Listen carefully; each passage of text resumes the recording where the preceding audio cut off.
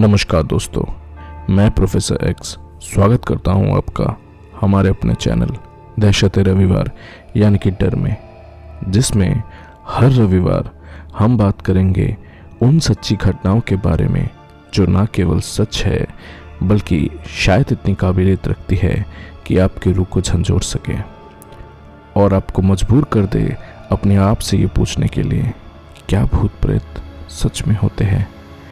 क्या आत्माएं आपसे कुछ कहना चाहती हैं? उन अंधेरी रातों को जब आप अकेले थे, क्या कोई उस अंधेरे से आपको देख रहा था?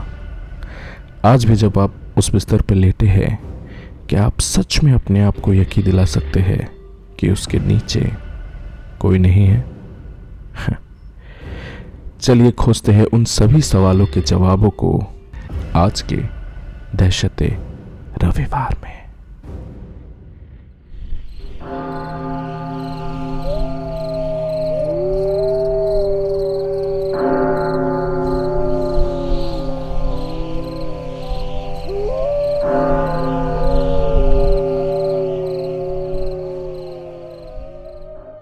दोस्तों, आज की पहली कहानी जिन्होंने हमको भेजी है उनका नाम है डॉक्टर सुमित तिवारी, जो कि मध्य प्रदेश से लिखते हैं। नमस्कार प्रोफेसर एक्स, मैं पहली बार अपने साथ घटी इस घटना को किसी के साथ शेयर कर रहा हूँ। इसे घटना तो नहीं कह सकते, पर यह एक आप बीती ज़रूर है। ये उन दिनों की बात है जब मैं मेडिकल कॉलेज में पढ़ता था। कुछ पर्सनल रीजंस की वजह से मैं अपने कॉलेज का नाम नहीं लेना चाहता, पर यह ज़रूर बता देना चाहूँगा कि ये मुंबई की एक बहुत बड़ी मेडिकल कॉलेज है। इस पूरी कहानी की शुरुआत तब होती है जब मैं पहली बार कॉलेज पहुंचता हूं। मेरी नई ज़िंदगी की शुरुआत होने ही वाली थी, पर पहली समस्या जिसका मुझे सामना करना पड़ा वो समस्या थी मेरी हॉस्टल से रिलेटेड। मेरा नाम वेटिंग लिस्ट में होने के कारण मेरी हॉस्टल की अर्जी अभी तक कंफर्म नहीं हुई थी। जेब में कुछ पैसे थे, मुंबई पहली बार आया था तो सोचा चलो थोड़ा घूम लिया जाए। फिर क्या, मैंने बस पकड़ी और चला गया जुहू बीच। जुहू बीच बहुत ही सुंदर थी। वैसे भी मैंने उस वक्त पहली बार समुद्र देखा था। ठंडी हवाएं, लोगों की भीड़, खेलते कूदते बच्चों के बीच मैं भूल ही गया मुझे हॉस्टल की लिस्ट में मेरा नाम भी देखना था कि वो कंफर्म हुआ है कि नहीं। जुहू बीच की सैर करके मैं कॉलेज की ओर रवाना हुआ। कॉलेज पहुंचते ही मुझे पता चला कि हॉस्टल की कंफर्म लिस्ट को एडमिनिस्ट्रेटिव बिल्डिंग में लगा दिया गया है। मैं वहां पहुंचा और पता चला मुझे रूम नंबर 39 कंफर्म हुई है। चलो, मैं थोड़ा खुश तो हुआ, पर यही रूम मुझे और एक स्टूडेंट के साथ शेयर करना था। मैंने लिस्ट में उसका नाम पढ़ा, शायद कोई बंगाली लड़का था। मैंने कॉलेज रिसेप्शन से मेरा बैग उठाया और चल पड़ा हॉस्टल की ओर। कॉलेज से हॉस्टल की दूरी लगभग 500 मीटर की थी। तब के ज़माने में तो दो ही ऑप्शन थे, साइकिल रिक्शा या फिर पैदल। मैंने रिक्शा का ऑप्शन ही सही समझा। मैंने एक रिक्शा ली और पहुंच गया हॉस्टल। हॉस्टल की ओर चलते चलते मैं सोच रहा था कि कैसे मैं हमेशा से ही अपनी स्कूल लाइफ से इस कॉलेज में पढ़ना चाहता था। यहाँ के हॉस्टल में रहना तो मेरे सपनों जैसा था। हॉस्टल थोड़ा पुराना सा था। घुमावदार सीढ़ी से चढ़ते चढ़ते मैं अपने आने वाली ज़िंदगी के बारे में सोचकर खुश हो रहा था। रूम पे पहुंचते ही सबसे पहले मैंने दरवाज़ा खोला और रूम में घुसकर मेरा बैग बिस्तर पर पटक दिया। मेरा रूममेट अभी तक रूम में नहीं आया था। मुझे लगा आज का दिन आराम से पूरे बेड पे पैर पसार के सोऊंगा। मैं बिस्तर पर लेट गया और यही सब सोचते सोचते न जाने कब मेरी आँख लग गई और मुझे नींद आ गई। मेरी आंखें तब खुली जब मैंने पानी के गिरने की आवाज़ सुनी। मैं झट से उठ गया और पता चला कि बाथरूम के नल से पानी गिर रहा है।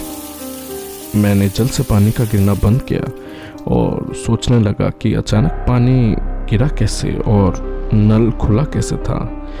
बाथरूम से बाहर निकल के मैंने देखा, मैंने रूम का दरवाज़ा खुला ही छोड़ दिया था। अब मैं पूरी तरह से निश्चिंत हो चुका था कि किसी ने ज़रूर कोई शरारत की है।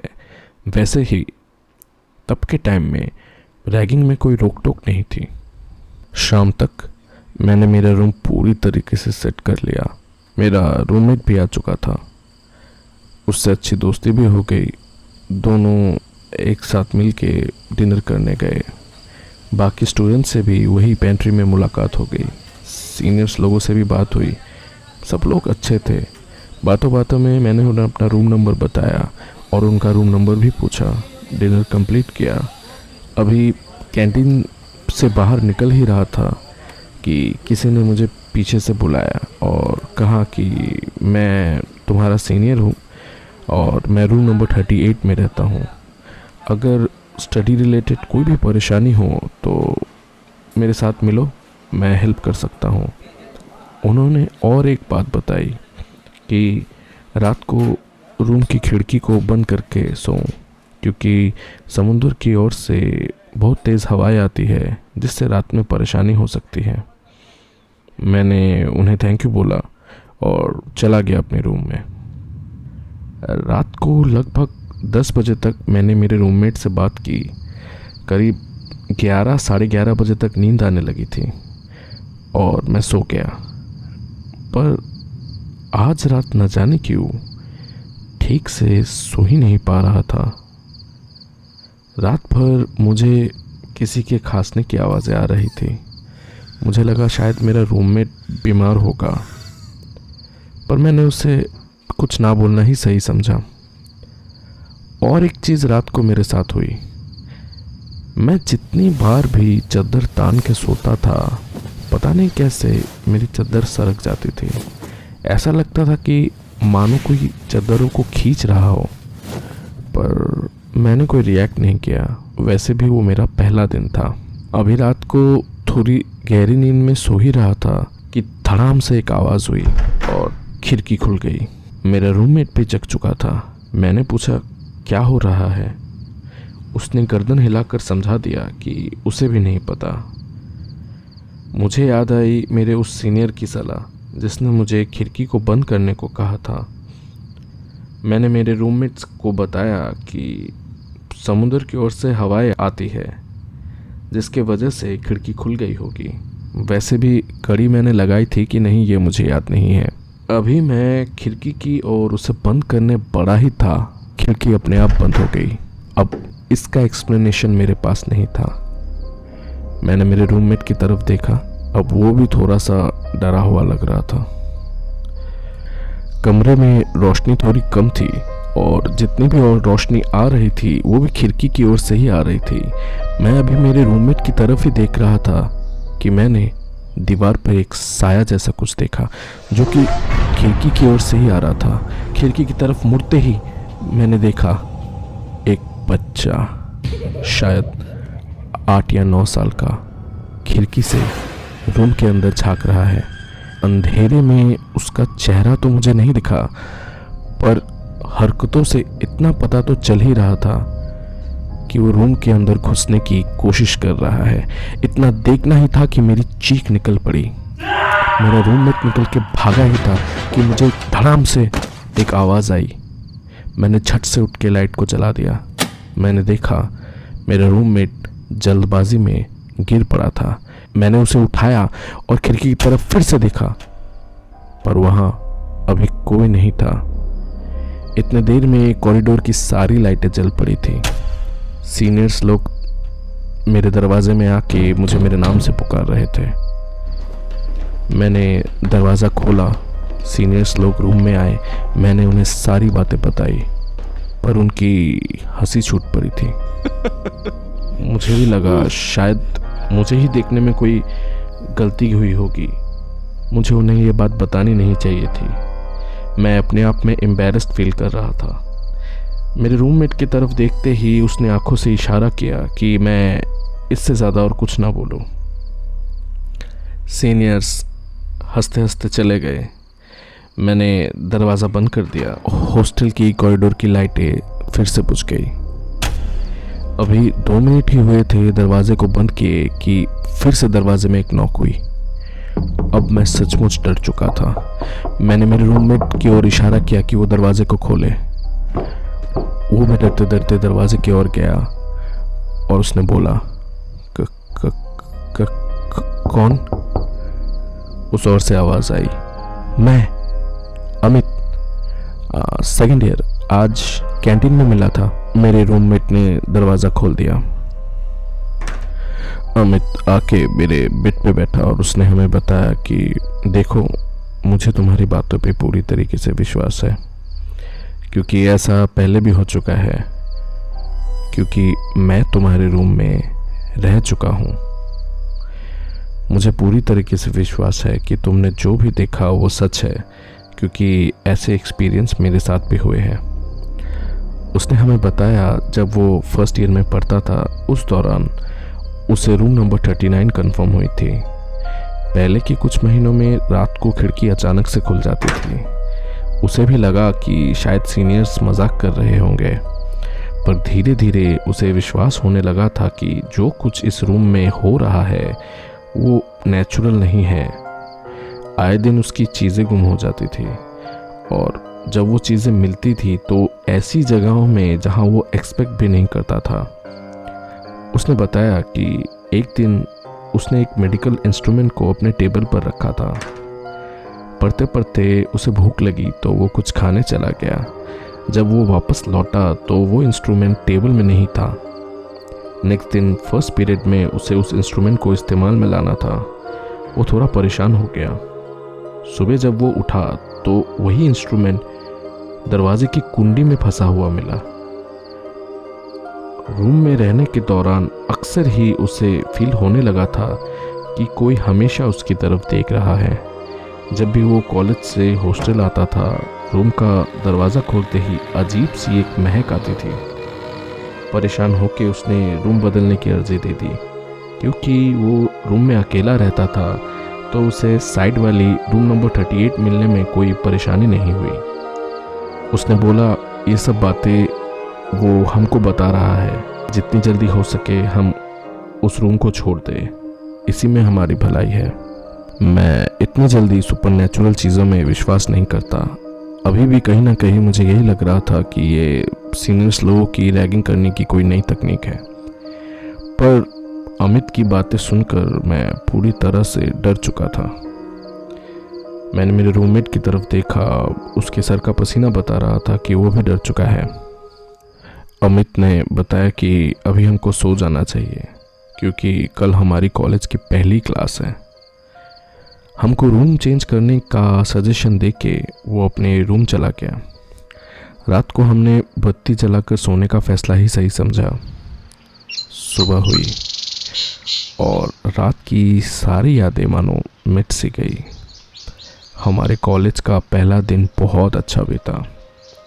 इसी तरह नई ज़िंदगी से तालमेल मिलाते मिलाते 2 हफ्ते कैसे चले गए पता ही नहीं चला। और फिर से एक रात जब मैं और मेरा रूममेट डिनर करके रूम पहुंचे तो हमने देखा कि किसी ने हमारे दोनों बेड दीवार पर झुकाकर सीधी खड़ी कर रखी है। मैं ये सब देख के इतना डर चुका था कि मैं डर से कांप रहा था। मेरा रूममेट भी डर चुका था। मतलब ऐसा कैसे हो सकता है कि रूम में कोई भी चीज़ें अपनी जगह से नहीं हिली, सब वैसे की वैसी ही है, पर सिर्फ दीवार पर किसी ने हमारी दोनों बेड को चादर और तकिए समेत सीधा खड़ा कर रखा है। हमने हॉस्टल वार्डन को बुलाया। सारे स्टूडेंट से पूछताछ की गई, पर कोई मानने को तैयार ही नहीं था कि किसी ने यह हरकत की है। मुझे अमित की बात याद आई। मैं उसे बुलाकर दिखाना चाहता था, पर किसी ने बताया कि वो अपने घर में गया हुआ है। तब तो मोबाइल का ज़माना भी नहीं था कि उसे फ़ोन करके बताता। अब एक ही रास्ता बचा था कि हम ये रूम छोड़ दें। पूरे 6 स्टूडेंट्स ने मिलके उन बेड को अपनी जगह में रखा था। मुझे समझ आ चुका था कि ये इंसानों की बस की बात नहीं है। रात को मैंने मम्मी पापा को फ़ोन करके सारी बातें बताई। मम्मी ने कहा कि रूम में भगवान की एक फ़ोटो लगा लूँ। मैं इन सब चीज़ों पर विश्वास नहीं करता था, पर फिर भी मैंने दुकान से एक फ़ोटो लाकर रात को दीवार पर टांग लिया। आज नींद आने में थोड़ी देरी सी हुई, लगभग 1:30 या फिर 2 बजे होंगे कि मुझे लगा किसी ने मेरे कान पे कहा, मैं हिंदू नहीं हूं। मैं डर से कांप गया। आंखें खोलते ही पहली चीज़ जो मैंने देखी वो थी मेरे रूममेट की आंखें। उसने अपनी आंखों से एक और इशारा किया। मैंने उस तरफ देखा। मैंने देखा ये वही बच्चा था जिसे मैंने उस रात को देखा था। ये बच्चा इंसानी था कि नहीं ये मुझे पता नहीं, पर उसके पैरों की तरफ देखते ही ऐसा लग रहा था कि ये इंसानों के पैर नहीं है। ऐसा लग रहा था किसी ने किसी जानवर के पैर काटकर शायद किसी इंसान को लगा दिए हैं। मैं उसके पैर की तरफ ही देख रहा था कि मैंने देखा उसके पैरों में एक हलचल जैसी कुछ हुई। अब वो चलने लगा था। चलते चलते वो बाथरूम की ओर बढ़ रहा था। मैंने देखा बाथरूम का दरवाज़ा अपने आप खुल गया। वो बच्चा अभी बाथरूम में घुसने ही वाला था कि मेरे रूममेट ने लाइट जला दी। सब गायब हो गया। ऐसा तो मैंने हॉलीवुड की मूवीज़ में ही देखा था, लेकिन ये सब घट मेरे साथ रहा था। हम रात भर जगे रहे और करते भी क्या। सुबह होते ही पहले हॉस्टल वार्डन के पास गए और रूम बदलने की अर्जी दे दी। उन्होंने बताया कि अभी रूम बदल नहीं सकते क्योंकि अभी कोई भी रूम खाली नहीं है। फिर भी अगर कोई भी रूम खाली हो तो वो हमें इन्फॉर्म करेंगे। हॉस्टल वार्डन के रूम से निकलकर हम अभी कॉलेज की ओर जा ही रहे थे कि मैंने मेरे रूममेट से पूछा कि कल रात एक्चुअली में हुआ क्या था। उसने बताया कि उसने पहले किसी के खांसने की आवाज़ सुनी तो वो मेरी तरफ पलटा, पर जैसे ही वो मेरी तरफ मुड़ा तो उसने देखा कि शायद कोई साया जैसा कुछ मेरे मुंह के ऊपर झुककर कुछ बड़बड़ा रहा है। उसे भाषा तो समझ नहीं आई। इससे पहले कि वो कुछ करता मैं उठ चुका था और वो साया रूम में चलने लगा था। फिर हम दोनों ने ही उन अजीब से पैरों को देखा। मैंने मेरे रूममेट को बताया कि हॉस्टल के पहले दिन खिड़की वाली घटना होने से पहले मैंने भी खांसने की आवाज़ें सुनी थी। उस दिन कॉलेज में सबको पता चल गया कि हमारे साथ क्या हुआ है। किसी ने विश्वास किया और बाकियों को लगा कि हमने ही उन चारपाइयों को दीवार पर टिकाया था। हम लोगों की सोच को बदल नहीं सकते थे और करते भी क्या। हर दिन रूम की लाइट जलाकर सोते थे, एक दूसरे को अकेला नहीं छोड़ते थे, एक साथ खाने जाते थे, यहाँ तक कि बाथरूम जाते वक्त भी दरवाज़ा बंद नहीं करते थे। धीरे धीरे हमारा डर दूर होने लगा था। अब रूम में वैसी घटनाएं भी होनी बंद हो गई। देखते ही देखते मिड टर्म्स के एग्ज़ाम भी आ गए। एग्ज़ाम ख़त्म होने से पहले ही मैंने स्टेशन जाकर घर जाने के लिए टिकट बुक कर दी। मेरा रूममेट घर नहीं जाना चाहता था। मैंने पूछा क्यों, तो उसने बताया कि उसके घर में रीफर्निशिंग का काम चल रहा है। घर जाके वो झंझटों में नहीं पड़ना चाहता, पर मैं उसे अकेला नहीं छोड़ना चाहता था। फिर भी उसने मुझे बोला कि मुझे घर जाना चाहिए क्योंकि बहुत दिनों बाद हमको ऐसी छुट्टी मिली है। मैंने कहा कि तुम मेरे साथ चलो, पर उसने मना कर दिया। मैंने भी इस बात को और नहीं बढ़ाया और मैं घर चला गया। छुट्टियाँ बहुत अच्छे से कटी। मैं छुट्टियाँ काटकर जब हॉस्टल पहुँचा लगभग 3 हफ्ते बाद, तो मैंने देखा दरवाजे पे ताला लगा है। मैंने सोचा मेरे रूम में शायद कहीं ताला लगाकर घूमने गया होगा। मैं दरवाजे की ओर बढ़ा ही था कि किसी ने अंदर से मेरे नाम से मुझे बुलाया और कहा, सुमित तू आया है क्या? मैं चौंक गया क्योंकि ये आवाज़ मेरी रूममेट की थी।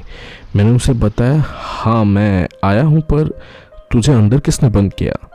उसने बताया कि दूसरे लोग आके उसे परेशान करते हैं, इसीलिए वो रूम बाहर से बंद कर देता है जिससे लोगों को लगे कि वो अंदर नहीं है। मैंने पूछा, तो तुम अगर अंदर हो तो बाहर से ताला कैसे मारते हो? मेरा ये पूछना ही था कि उसने दरवाजे के नीचे से चाबी को सरका दिया। मैंने दरवाज़ा खोला और रूम खोलते ही बहुत बदबूदार एक महक आई। मैंने मजाक में ही उससे पूछ लिया, भाई कितने दिनों से नहीं नहाया है। ऐसा लगा कि उसके कान में मेरी आवाज़ गई ही नहीं। वो खिड़की की तरफ देख के न जाने क्या धीरे धीरे बड़बड़ा रहा था। इतनी दूर के सफ़र के कारण वैसे भी मैं थक गया था। मैंने थोड़े देर के लिए बिस्तर में पड़े रहना ही सही समझा। कुछ देर आँख लग गई तो सो भी गया। आँख खुलते ही मैंने देखा मेरा रूममेट एकटक बिना पल के झपकाए मेरी ओर ही देख रहा है। अब मुझे उसकी थोड़ी चिंता हुई। मैंने पूछा कि तेरी तबीयत तो ठीक है ना? उसने बताया, हाँ ठीक है, बल्कि इतना ठीक उसने पहले कभी भी महसूस नहीं किया है। मैंने पूछा, अभी शाम है, चल कहीं घूम के आते हैं। उसने बताया कि उसको नहीं जाना है। मैंने कहा, तब ठीक है, मैं भी नहीं जाऊंगा, चल शतरंज खेलते हैं। उसने मना कर दिया और बोला कि मैं उसको डिस्टर्ब ना करूं। अजीब बात थी, वो शतरंज का बहुत अच्छा प्लेयर था, बल्कि शतरंज का बोर्ड भी उसका ही था और हमेशा वही खेलने की चाह रखता था। आज पता नहीं उसे क्या हुआ। मैं ये सब सोच ही रहा था कि उसने मुझे पूछा कि तू जानना नहीं चाहता रूम का ताला मैंने बाहर से बंद कैसे किया? मैंने मुंडी हिलाकर हामी भरी। उसने बताया, वो मेरी मदद करता है। मैंने पूछा, कौन मदद करता है? उसने थोड़ा मुस्कुराकर कहा, वही जो खिड़की पर रहता है। मैंने कहा, कौन खिड़की पर रहता है? उसने बताया कि वो मुझे पसंद करता है और उसे पसंद नहीं कि कोई मुझे परेशान करे। और उसने मुझे ये भी बताया कि वो तुमको भी पसंद करता है। मैं अभी अपने आप पे और काबू नहीं रख पाया। मैंने चिल्लाकर उससे पूछ लिया कि कौन पसंद करता है? मैंने ये बात चिल्लाकर कहा ही था कि मैंने मेरे रूममेट के चेहरे में बदलाव देखा। वो डर सा गया था, आंखों में उसके आंसू आ गए। उसने मुझे बताया कि सुमित तू चिल्ला क्यों रहा है? अभी मेरा दिमाग पूरी तरीके से घूम चुका था। मैंने उसे बता दिया, देख अगर तुझे ये सब मजाक लग रहा है ना, या फिर अगर तू सीनियर्स के साथ मिलके मुझे डराना चाहता है तो ऐसा बिल्कुल मत सोच कि तू इसमें कामयाब होगा। मुझे पूरी तरह से विश्वास है कि अभी तक पूरे रूम में जो कुछ भी हुआ है वो तुम सभी का किया धरा है और अभी भी तू मुझे डराने की कोशिश कर रहा है। अगर ये प्रैंक उन्हें बहुत मजाकिया लग रहा है तो ऐसा बिल्कुल नहीं है, क्योंकि अगर ये बात मैं वार्डन को बता दूँ तो शायद ये बात उसे मजाकिया नहीं लगेगी। अब मेरे रूममेट थोड़ा सा सहम गया। उसका चेहरा देख के अब मुझे भी विश्वास होने लगा था कि ये सब जो भी रूम में हो रहा है सब उनका ही प्लान था मुझे डराने का, क्योंकि जितना भी कुछ हुआ था वो सब कोई एक स्टूडेंट नहीं कर सकता था, सबकी मिली भगत थी। मैंने मन ही मन में ठान लिया कि अब मैं नहीं डरूंगा, बल्कि रूम में जो कुछ भी हो रहा होगा वो किसी को बताऊंगा भी नहीं, क्योंकि मुझे पता था अगर किसी को कुछ भी बोलूं तो उन्हें लगेगा कि वो मुझे डराने में कामयाब हो गए हैं। मुझे रूम नंबर 38 का अमित भी उनसे मिला हुआ लगा, पर अभी भी एक डाउट ज़रूर था कि उन्हें कैसे पता चला कि मैं आज ही आऊँगा, क्योंकि ठीक मेरे आने से ही पहले उन्होंने रूम के दरवाजे में ताला कैसे मारा। मुझे लगा शायद किसी ने मुझे बैल्कनी से देख लिया होगा और जब मैं सीढ़ी से चल रहा था तभी ताला मारा होगा। मुझे मेरे रूममेट के ऊपर बहुत गुस्सा आया। रात को डिनर करते जाते वक्त मैंने उसे बुलाया तक नहीं। जब मैं डिनर करने पेंट्री पहुंचा, न जाने सब मेरी तरफ कैसे घूर रहे थे। मुझे कुछ हॉस्टल के लड़के मिले। उन्होंने मुझे पूछा क्या मैं अपने रूममेट से मिला हूँ, उसने क्या मुझे कुछ बोला है, क्योंकि जब मैं छुट्टियों में घर गया था मेरा रूममेट रूम से ज़्यादा नहीं निकलता था, ना डिनर करने टाइम पे आता था, बल्कि क्लास में भी नहीं जाता था। मैंने उन्हें बोल दिया कि मुझे कुछ नहीं मालूम और प्लीज़ ये सब मजाक करना बंद करें, क्योंकि बहुत हो चुका है। मुझे सब पता चल गया है कि इतने दिन से रूम में जो कुछ भी हो रहा है सब उनका किया धरा है। सब ने वही किया जो उन्हें करना चाहिए था। उन सब ने बोला ऐसा कुछ भी नहीं है, बल्कि वो मेरे रूममेट के बारे में चिंतित है। मैं उनकी बातों में नहीं आने वाला था। मैंने अपना डिनर कंप्लीट किया और उन्हें एक्सक्यूज़ मी कह के बाथरूम की ओर चला गया। बाथरूम से निकलकर मैं हॉस्टल की ओर बढ़ा ही था कि अचानक एक ठंडी हवा ने मुझे झंझोड़ दिया। अजीब सा एक डर महसूस हो रहा था। फिर भी मैंने किसी भी बात की परवाह ना करते हुए हॉस्टल की रूम का दरवाज़ा खोला। मेरा रूममेट अभी भी बिस्तर में वैसे ही बैठा था जैसा मैं उसको छोड़ के गया था। मैंने उससे बात नहीं की और सोने चला गया। अभी देर बजे होंगे कि मुझे नींद आने में थोड़ी परेशानी हो रही थी। मैं अपने रूममेट की तरफ मुड़ा। मैंने देखा वो अपने बिस्तर पे नहीं था। अंधेरे में देखने की कोशिश करते हुए मैंने देखा कि खिड़की की ओर से एक रोशनी आ रही है। खिड़की की तरफ मुड़ते ही मैंने देखा मेरा रूममेट खिड़की पर ही खड़ा था। ध्यान से सुनने पे लगा कि वो कुछ बड़बड़ा रहा है। मैंने आगे बढ़कर देखा कि मेरा रूममेट जिसके साथ बड़बड़ा रहा था वो कोई और नहीं, वही बच्चा था जिसे हमने कुछ दिनों पहले हमारे रूम में देखा था। वो बच्चा अपने दोनों हाथों को खिड़की पे फंसाए खड़ा हुआ था। मैंने इतना देखा ही था कि मैं डर से कांप गया। ऐसा लगा कि मेरे पैर सुन पड़ गए। मैंने चिल्लाकर मेरे रूममेट से पूछा कि तू क्या कर रहा है। मेरा रूममेट मेरी तरफ मुड़ा और उसने बोला, सुमित, मैं झूठ नहीं बोल रहा था। उसकी आवाज़ में पता नहीं कैसा एक बदलाव था। मैं बहुत डर गया, इतना डर गया कि मैं अपने पैरों को फील ही नहीं कर पा रहा था। मैं लाइट जलाना चाहता था पर मैं अपनी जगह से हिल भी नहीं पा रहा था। मैं इतना डर गया था कि अभी बिलक बिलक कर रोने लगा था। मैंने बोला, भाई मुझे माफ़ कर दे, मैं सचमुच डर गया हूँ, मुझे प्लीज़ और मत डरा, मैं कल ही रूम छोड़ दूँगा। मेरा इतना बोलना ही था कि मुझे लगा मैं अभी हिल पा रहा हूँ।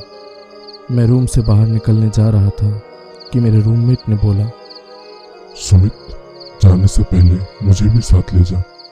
मुझे उसकी बात कुछ समझ नहीं आई। अंधेरे की वजह से उसका चेहरा भी मुझे नहीं दिख रहा था, पर इतना ज़रूर पता चल रहा था कि शायद वो भी किसी बात से दुखी है। मैंने पूछा कि तू क्या बोल रहा है, मुझे कुछ समझ नहीं आ रहा। मेरा इतना बोलना ही था कि हमारे रूम के बाथरूम का दरवाज़ा अपने आप खुल गया। मैंने बाथरूम के अंदर झांका तो देखा पता नहीं बाथरूम में कुछ पड़ा हुआ था। मेरे रूममेट ने मुझे बाथरूम की ओर जाने के लिए हाथ से इशारा किया। मैंने बाथरूम की लाइट जलाई। बाथरूम में किसी की बॉडी पड़ी थी। मैं डर गया था, पर मेडिकल स्टूडेंट होने की वजह से मैं इससे पहले भी बहुत सारी लाशें देख चुका था। मैंने देखा उस लाश के सर की तरफ से बहुत खून बह रहा था। कुछ कुछ जगहों में खून तो सूख भी चुका था। आसपास मक्खियाँ भिनभिना रही थी। मैंने मेरे रूममेट से पूछा कि ये किसकी लाश है। उस ओर से कोई आवाज़ नहीं आई। मैंने लाश को जैसे ही पलटा, मैं चिल्ला उठा। वो मेरे रूममेट की लाश थी। कुछ समझ नहीं आया, सब घूम रहा था। बार बार कान में आवाज़ गूंज रही थी, भाई मैं झूठ नहीं बोल रहा था, मैं झूठ नहीं बोल रहा था। मुझे लगा मैं पागल हो जाऊंगा। ये सब सोचते सोचते मैं उधर ही बेहोश हो गया। उस रात के बाद सुबह मैंने खुद को हॉस्पिटल में पाया। पुलिस भी शाम तक आ गई। उन्होंने मुझसे पूछा कि मैं हॉस्टल कब आया था। मैंने बताया 2 दिन पहले। उन्होंने पूछा पिछले 4 दिन से तुम्हारा रूममेट मर के बाथरूम में पड़ा था, तुमने लौटते ही पुलिस को क्यों नहीं इन्फॉर्म किया। मैंने पुलिस को बताया कि दरअसल मैं जब रूम में पहुंचा मैंने एक बार भी बाथरूम नहीं खोला था। रात को कैंटीन पे जब मैंने डिनर कंप्लीट किया मैंने कैंटीन का बाथरूम ही यूज़ किया था। उन्होंने दूसरे स्टूडेंट से भी पूछताछ की। सब ने यही बताया कि मेरे जाने के बाद मेरा रूममेट सबसे उतना मिलता नहीं था, बल्कि क्लासेस में भी उतना नहीं आता था और पता नहीं दरवाजे में ताला लगाकर कहाँ चला जाता था। पुलिस मेरे ऊपर कोई एक्शन नहीं ले पाई क्योंकि पोस्टमार्टम के हिसाब से मेरा रूममेट 4 दिन पहले ही मर चुका था और मैं ठीक उसके 2 दिन बाद रूम में आया था। पुलिस ने रूम को सील कर दिया। मुझे मेरा सामान लेके दूसरे कमरे में शिफ्ट कर दिया गया। बाद में मैंने बहुत बार कोशिश की ये जानने की कि उस रूम का एक्चुअली राज क्या था और वो बच्चा कौन था, लेकिन कॉलेज वालों, टीचर्स और प्रिंसिपल ने मिलके मेरी इस कोशिश को दबा दिया। वो नहीं चाहते थे कि कॉलेज के नाम में कोई बदनामी हो। मैंने भी इसके बाद और कोई कोशिश नहीं की क्योंकि मैं इसके बाद भी इस कॉलेज में पढ़ना चाहता था और शायद मेरे रिजल्ट में भी इसका फ़र्क पड़ता। आज भी जब मैं उन बातों को याद करता हूँ तो मैं डर जाता हूँ। आज मैं मध्य प्रदेश में एक डॉक्टर हूँ, पर जब भी कोई मुझे ये बोलता है कि वो भूत प्रेतों पे विश्वास नहीं करता तो मैं मुस्कुरा देता हूँ। दोस्तों, आज के लिए बस इतना ही। थैंक यू वेरी मच आपका, जो आपने इतना टाइम निकाल के मेरी इस कोशिश को सुना। मैं हर रविवार आपसे ऐसे ही मिलूंगा एक नई कहानी को लेकर, और कोशिश करूंगा कि हर बार आपको इसी तरह डरा सकूं। अगर आपके पास भी ऐसी कोई सच्ची घटना या फिर कहानी है तो आप हमें लिख कर या रिकॉर्ड कर डिस्क्रिप्शन में दिए गए मेरे ईमेल आईडी में मुझे भेज सकते हैं। जाने से पहले एक सब्सक्राइब और एक लाइक ज़रूर कर दीजिए मेरे इस चैनल पर, और बेल आइकन को दबाना ना भूलें। बाय बाय दोस्तों, और इसी तरह डरते रहे और डराते रहे।